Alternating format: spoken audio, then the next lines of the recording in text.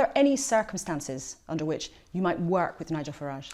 Well, first of all, it is a great Brexit. It's a proper Brexit. It delivers exactly what we wanted, what I wanted when I campaigned in 2016 to come out of the European Union. It takes back control of our money, our borders, our laws. It enables us to do proper all singing, all dancing, free trade deals. Now, the difficulty about doing deals with any other party is that any other party, I'm afraid, simply risks, or voting for any other party, simply risks putting Jeremy Corbyn into number 10. There are no circumstances under which you would work with Nigel Farage. I want to be very, very clear that voting for any other party than this government, this Conservative government, this One Nation Conservative government, is basically tantamount to putting Jeremy Corbyn in. Your mutual friend, the President of the United States, thinks you should work with Nigel Farage.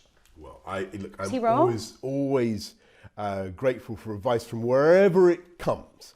And we have great relations, as you know, with the US and many, many other countries. But I'm just telling you, Laura, I'm telling you what I think about the way to do this. President Trump has also said that your Brexit deal means that you can't really do a good deal with the Americans. Well, is he wrong about that as well? There's one thing he's right about, which is that there's certainly no question of negotiating on the NHS. That is absolutely true, and he's right about that. But on the technicalities of the deal, anybody who looks at it can see that the UK has full control, as one whole UK.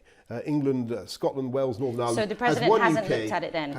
Because he said, you can't do it, you can't trade, we can't make a trade deal with the UK. Well, so he's misunderstood it? I don't wish to comment on what he may or may not have read. What I'm telling you is what everybody can see from the terms of the deal that we did.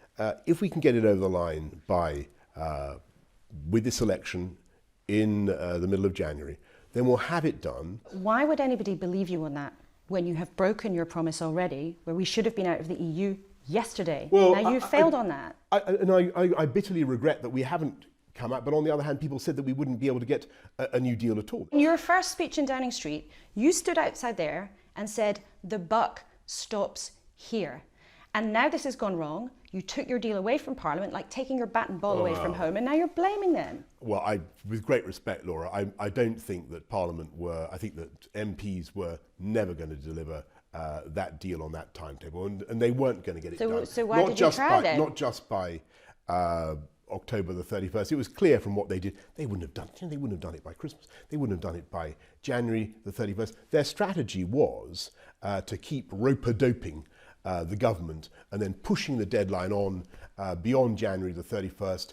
It would have been totally miserable. Would you rule out expanding the use of the private sector in the health service? Look, we are putting £34 billion into the NHS. That is taxpayers' money. And we are absolutely determined to continue to increase taxpayers' money. And what I will tell you, well, of course that there are dentists and optometrists and so on who are providers to the NHS. Of course, that's how it works. But I believe passionately in an NHS free at the point of use for everybody in this country. And if you ask me, is the NHS? Of course it isn't. Do you worry this gamble of going to the country now might backfire for you just as it did for Theresa May?